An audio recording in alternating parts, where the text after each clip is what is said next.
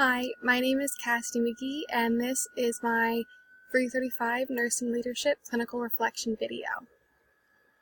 So the purpose of this video is to go over how I met all of the Nursing 335 Leadership Clinical objectives this fall throughout my experiences that I've had this semester. So Objective 1 is to utilize previous knowledge of the sciences, liberal arts, information technologies, and nursing to develop skills as a nurse leader. So I felt like I really did accomplish this objective in my peer leadership experiences. I had two separate mom-baby sim experiences that I helped younger nursing students out in developing their critical thinking skills when I was their support person in the simulation experience, asking them questions like, why is my sister who was giving birth feeling this way, or why was my new niece or nephew having abnormal breathing sounds, what could this mean? And additionally, I also did this when I taught 309 skills, and I aided in students completing the 309 concept maps. I took the knowledge that I gained throughout my courses at Cedar Crest, especially in clinicals, because I've completed many concept maps in my time, as well as doing the skills that you gain in 309 almost every single day, not only as a student, but working as a technical partner at Lehigh Valley. So I wanted to help these students critically think and give them tools to further succeed in their career as a student nurse. The second objective is to apply basic principles of management to meet the challenge of an ever-changing healthcare environment. The first way I did this was when I was shadowing my nursing supervisor, Jason.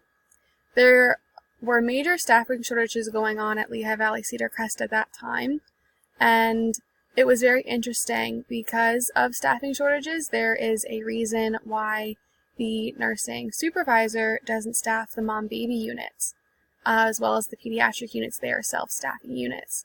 So the nursing supervisors don't feel comfortable because during times of low acuity, there's only going to be 2 people working in the pediatric ICU.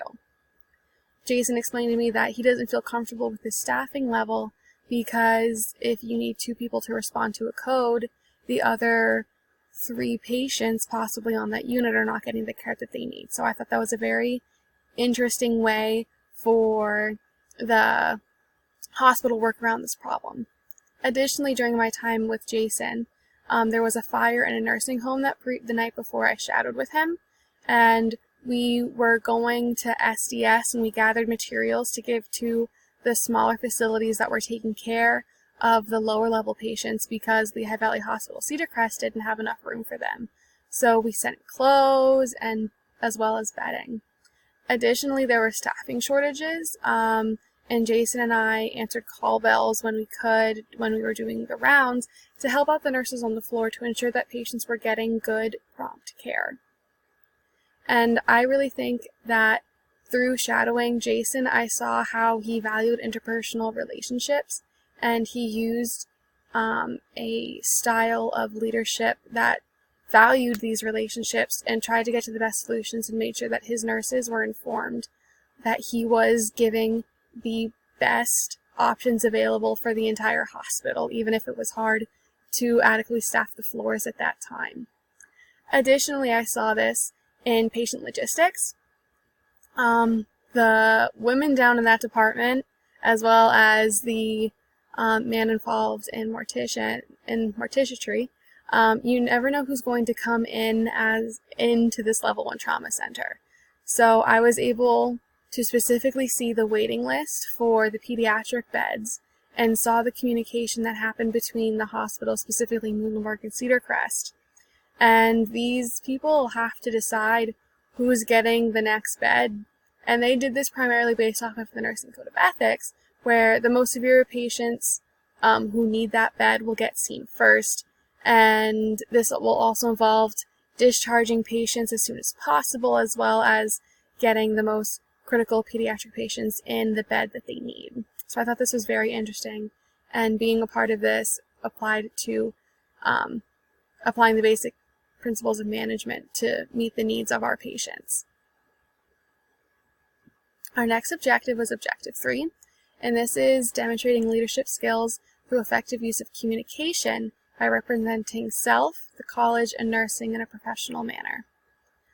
The first way I accomplished this objective was by making the dates specifically for the nursing supervisor and the AP nursing experiences. I reached out to them independently to find dates and times that worked for them after choosing their availability and these people on the Sign Up Genius, because I wanted very specifically to be involved in surgery because I was very interested in the OR and how that differs at Lehigh Valley Cedar Crest compared to bedside nursing. Additionally, I checked all of my SUG sign-up dates and times with my clinical sites before reporting there to ensure that I was wearing the proper attire, we were on the same page for the dates and times I was supposed to be there, and there was always someone there that I would report to. I also followed up all of my meetings and shadowing experiences with personalized thank you notes that are located in my binder that I have turned in. These detailed what I learned and got out of the day for each person I spent time shadowing. I felt that this is important because if I would be the person having students follow me around, I would want to know what they're getting out of it and to make sure that it's still something that I feel comfortable spending my time and dedicating my time to. And with this in mind, I want Cedar Crest to keep having the positive experiences that I did at these shadowing things. So I want these places and these people to look at Cedar Crest as a good place to hire from too. And I did this by ensuring good communication with everyone that I interacted with. The next objective is Objective 4, and this is to critically evaluate and disseminate current research related to the principle of leadership and the effects on the healthcare system. For this, I found an article that I will be sharing in post-conference to present with my peers and my clinical instructor. The article is titled Growing Nurse Leaders, Their Perspectives on Nursing Leadership and Today's Practice Environments by Dis et al. And the researchers made this in 2016. I thought this was important because in class we learned that the first step to either improving or maintaining a good system, in this case the system being the creation and maintenance of nurse leaders, we learned that this is the first way to have a good system is to assess what the current environment is like. And then after that we can evaluate and make improvements. And I look forward to sharing this information during post-conference because this is evaluating the state of healthcare today, and so maybe we can have a good discussion about how to make improvements for us as we become nurse leaders in our field. The next objective is Objective 5, which is to function as a competent patient advocate, nurse advocate, and change agent. I really felt that I met this objective the best during Capitol Hill Day, which is really seeing how acting as a nurse advocate will affect change, and therefore to become a change agent. I had the opportunity to meet with 2 staff teams involved in different bills revolving nursing. The first one was the Nurse Practitioner Independent Practice Bill, as well as the PA licensure becoming part of the multi-state licensure, that bill being brought up. And I was also able to discuss the importance of these topics, and I was also very interested in the barriers into getting these pushed forward, especially the Nurse Practitioner Independent Practice, because a PSNA representative had discussed how this has been a pretty stagnant bill. That bill was trying to get through. This is the 4th time, and I learned that the main barrier is money and resources.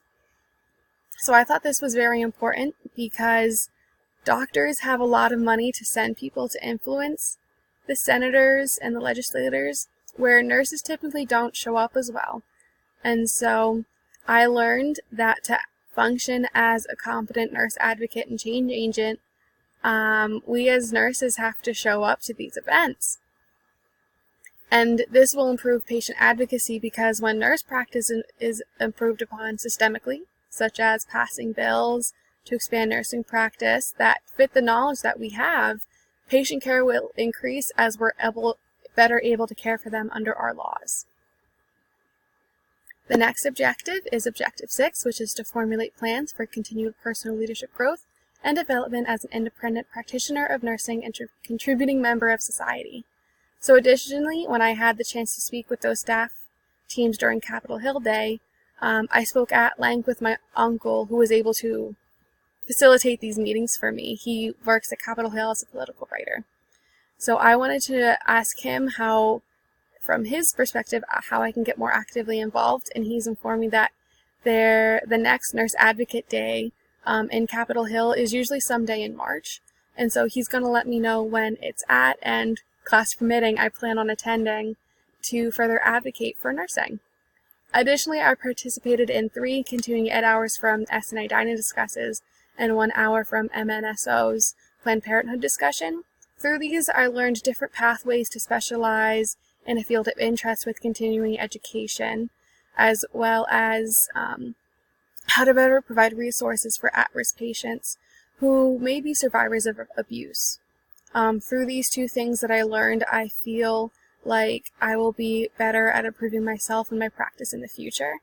And I feel that continuing education hours are required for ends, so this is a good taste on the type of opportunities that will be available to me to fit these requirements once I graduate.